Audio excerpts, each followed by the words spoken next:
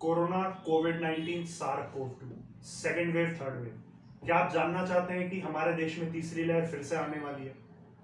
एक साल बाद भी कोरोना अभी तक गया क्यों नहीं?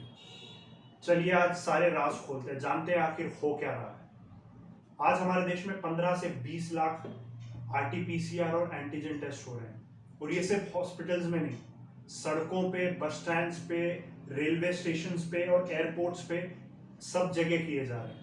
और यहाँ से ये टेस्टिंग किट्स देश के अलग अलग लैब्स में जा रही हैं, और वहां से हर रोज 4 से 5 लाख पॉजिटिव केसेस निकल कर आ रहे हैं।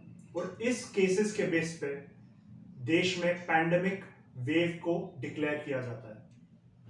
और यहाँ पे गौर करने वाली बात यह है कि इन केसेस में से 80 to 85% केसेस असिम्प्टोमेटिक है, जो उन केसेस में इंक्लूड किए जा रहे हैं।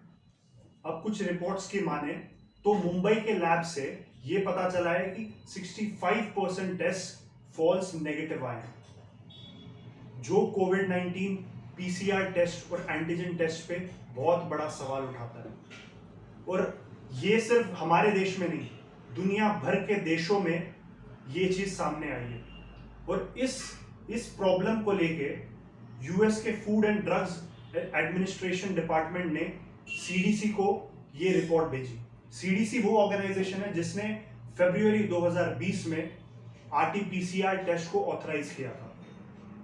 फिर उस रिपोर्ट पे एक्शन लेते हुए CDC ने 21 जुलाई 2021 को RT-PCR टेस्ट को विड्रॉ कर लिया, और ये डायरेक्शंस दिया कि कोई और अल्टरनेटिव टेस्ट यूज किया जाएगा कोविड ट्रीटमेंट के लिए। दिसंबर 2020 में पोर्चुगल कोर्ट ने यह डिसीजन लिया कि RT-PCR test can not be held liable to treat कोविड-19। पर फिर भी आज इंडिया में इतने बड़े स्तर पे कोविड टेस्ट में RT-PCR और रैपिड एंटीजन टेस्ट का इस्तेमाल हो रहा है। अब इतने सारे सिम्टोमेटिक और असिम्टोमेटिक केसेस देखकर गवर्नमेंट पूरे देश में लॉकडाउन इंपोज कर देती है, और स्टेट गवर्नमेंट्स ये पॉलिसीज बनाते हैं कि प्राइवेट हॉस्पिटल्स में 50 to 80% बेड्स सिर्फ कोविड के लिए रिजर्व रहेंगे, और कुछ लोगों को वहां से क्वारंटाइन सेंटर्स में भेज दिया जाता है और कुछ को हॉस्पिटल्स में एडमिट किया जाता है। और यहाँ से शुरुआत होती है असली तांडव। बेड्स, वेंटिलेटर्स, ऑक्सीजन की शॉर्टेज पूरे देश में शुरू हो जाती है, जो कोई हैरानी की बात नहीं है। और इस फोर्स्ड हॉस्पिटलाइजेशन की वजह से नॉन कोविड डिजीज जैसे लंग्स, किडनी, जॉन्डिस, मलेरिया के पेशेंट्स को हॉस्पिटल्स में जगह नहीं मिलती और इनका इलाज नहीं हो पाता, which is causing a big blunder and a very discriminatory practice. अब गवर्नमेंट के डेटा के हिसाब से हर रोज कोविड से पहले 30 to 35,000 और एक साल में 1 crore plus deaths infectious disease and other diseases से हो रही थी, which is a huge number.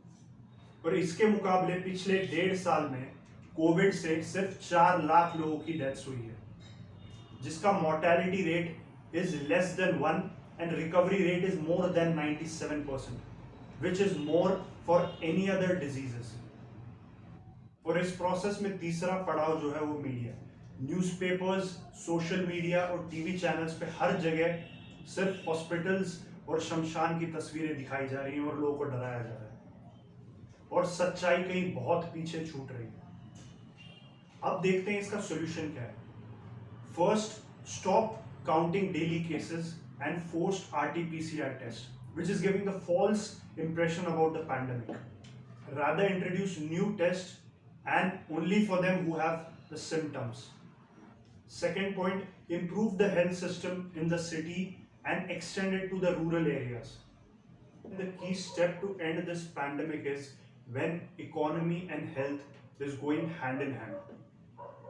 So in this, it's necessary that the lockdown should be lifted completely. Rather focus on increasing the economy. When the economy is increasing, automatically the health system is going to increase, which is very important for any future pandemic.